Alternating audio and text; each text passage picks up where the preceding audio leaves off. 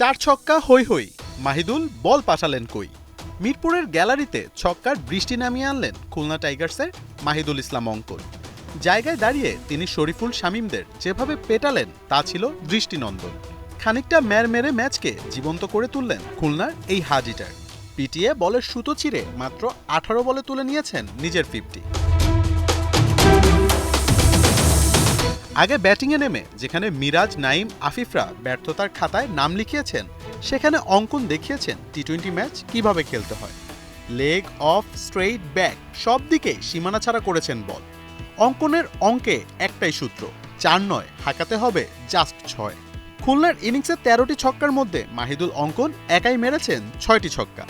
268 strike রেটে bat করা এই হার্ডিটার 22 বলে খেলেন নট আউট 59 রানের এক টর্নেডো ইনিংস। আর তার এই ঝড়ে লন্ডবন্ড চিটাং। মাহিদুলের ঝড়টা সবচেয়ে বেশি টের পেয়েছেন শরীফুল ইসলাম। টাইগার পেসারকে একাই মেরেছেন 4টি ছক্কা। কুমিল্লার ছেলে অঙ্কন প্রমাণ করলেন ভয় ডর যা ছিল মাঠের বাইরেই রেখে এসেছেন, যার প্রমাণ তিনি সদ্য সমাপ্ত এনসিএল এর ম্যাচগুলোতেও দেখিয়েছেন। মাহিদুলের কবজির জোরের সাথে যখন টাইমিংয়ের মিশেলটা হয়, তখন এক একটি বল আছড়ে পড়ে গ্যালারিতে।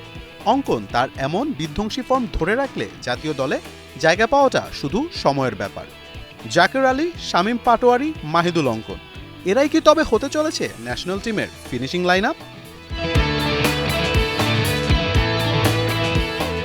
মোহাম্মদ আদনান, ৭১।